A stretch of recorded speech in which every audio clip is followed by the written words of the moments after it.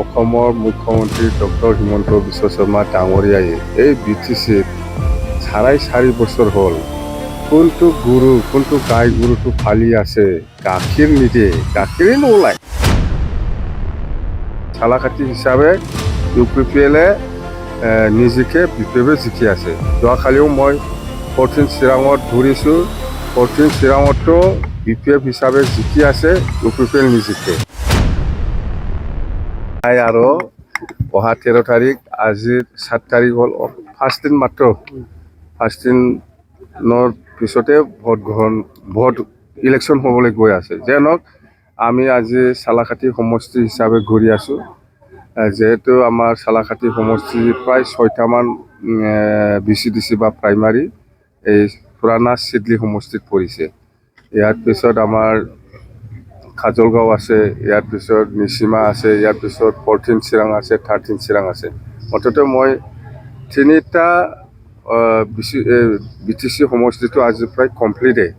অহাকালি আকৌ আমি নিচিমাত যাম, নেক্সট দিনা খাজলগাঁও, ইয়াতে শেষ। মুঠতে মই আমাৰ এই 5টা সমষ্টিত যিখিনি দেখিবলৈ পাইছোঁ মই, বা আমাৰ BPF দলৰ কৰ্মীসকলৰ যিখিনি ফিডবেক, BPF দলৰ পজিশ্যন খুব ভাল, বেয়া নহয়। মই যিটো দেখিবলৈ পাইছে আজি ঘূৰি পেলাই এই চালাকাটি সমষ্টি খুব ভাল। মুঠতে আমি জিকিম। চালাকাটি হিচাপে UPPLে নিজকে BPF জিকি আছে। যোৱাকালিও মই 14 চিৰাঙত ঘূৰিছোঁ, 14 চিৰাঙতো BPF হিচাপে জিকি আছে, UPPL নিজিকে।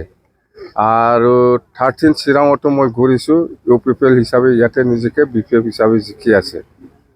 তো 5টা সমষ্টিৰ ভিতৰত 4টা সমষ্টিয়ে BPF দলৰ দখলত আছে। তো UPPL কেনেকৈ জিকিব? এইটোতো অসম্ভৱ। যদি জিকে, মই হয়তোই কৈ আছোঁ বাৰে বাৰে, প্ৰমোদ বড়োৱে আমাৰ BPF দলৰ কৰ্মী নেতাৰ ওপৰত যদি পুলিচ লগাই পেলাই যদি হুলস্থুল নকৰে, BPF দলে জয়ী হোৱাটো কথা। যোৱাকালি মুখ্যমন্ত্ৰী আহিছিলে, তেওঁ কৈছে মানে এইবিলাক চেম ছাৰে আচলতে নাজানে, কথাটো। তাৰমানে অসমৰ মুখ্যমন্ত্ৰী ডক্টৰ হিমন্ত বিশ্ব শৰ্মা ডাঙৰীয়াই এই BTCত 4.5 বছৰ হ'ল কোনটো গুৰু কোনটো গাই গৰুটো ফালি আছে, গাখীৰ নিদিয়ে, গাখীৰে নোলায়।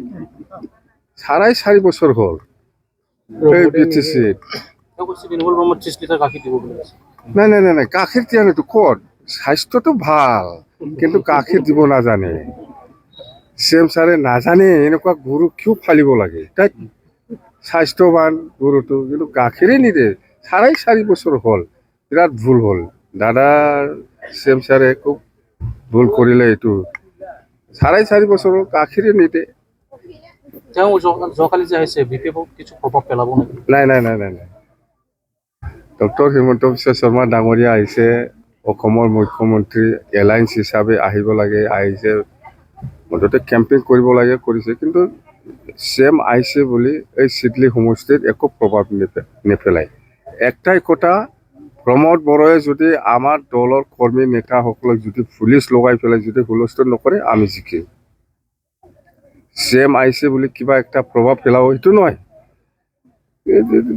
মই কৈছোঁ না, অসমৰ মুখ্যমন্ত্ৰী ডক্টৰ হিমন্ত বিশ্ব শৰ্মা ডাঙৰীয়াই যিটো BTCত গুৰু ফালি আছে, এই গুৰুটো স্বাস্থ্যৱান ভাল, কিন্তু 4.5 বছৰ হ'ল গাখীৰে দিয়া নাই। মুখ্যমন্ত্ৰীয়ে কৈছে তেওঁ মুখ্যমন্ত্ৰী হোৱা টাইমত আটাইতকৈ মানে ছাকচেছফুলটো হৈছে BTRত শান্তি প্ৰতিষ্ঠা কৰিব পাৰিছে। আগত তেওঁ হিংসাত সময় ক'ব লগা আহিছিল, এতিয়া দুৰ্গা পূজা খাব আহিছে। নাই, এইবিলাক কৈ লাভ নাই। এইবিলাক যেতিয়া BTC চুক্তি হৈছে তেতিয়াৰ পৰাই শান্তি আছে। আমাৰ BPF দলে 15 বছৰ শাসনত সময়ত BTC অঞ্চলত কোনো উগ্ৰপন্থী জন্ম হোৱা নাছিল। এই যেতিয়া নেকি প্ৰমোদ বড়োৱে চিফ হয়, BTR চুক্তি কৰি পেলাই চিফ হৈ পেলাই শাসন কৰে, এই সময়ত দুটাকৈ নতুন সংগঠন জন্ম হৈছে, আণ্ডাৰগ্ৰাউণ্ড অৰ্গেনাইজেশ্যন, আৰু বিৰাট অশান্তি। আজি প্ৰমোদ বড়োৱে চুক্তি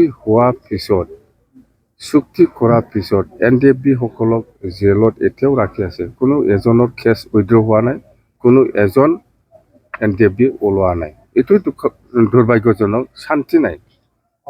প্ৰমোদ বড়ো কৈছে আপোনাৰ যাদু লাঠি কেতিয়াবাই ভাঙি গৈছে। প্ৰমোদ বড়োৰ কথা কিয় সুধি থাকে, এই বুৰ্বকৰ কথাটো? আৰু চন্দন বৰ্মক কৈছে আৰু ঘূৰি নাহে। চন্দন বৰ্মৰ কথাটো বাদ দে, ক'ত যে ফাঁচিছে জাম্বা এই প্ৰমোদ বড়ো, এই চন্দন।